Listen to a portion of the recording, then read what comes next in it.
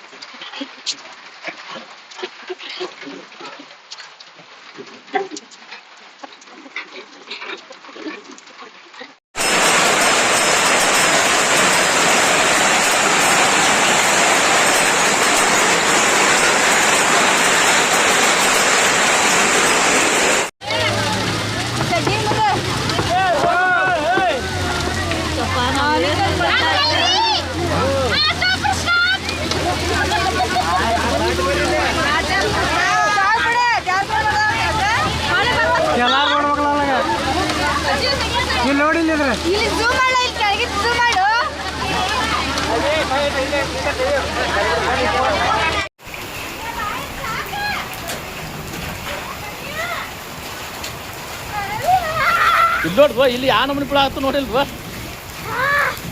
ಆನೆಕಲ್ ನೋಡಿಲ್ವಾ.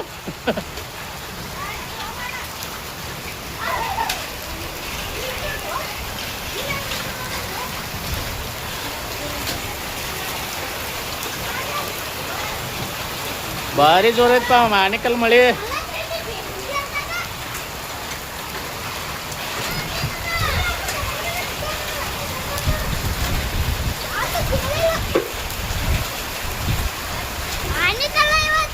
ಆನೆಕಲ್ ಮಳೆ ಇವತ್ತು, ಆನೆಕಲ್ ಮಳೆ. ಅಲ್ಲಿ ನೋಡಲ್ವ ಒತ್ತಡಕ್ಕಿಂತ ಬಿದ್ದು ಅಲ್ಲಿ.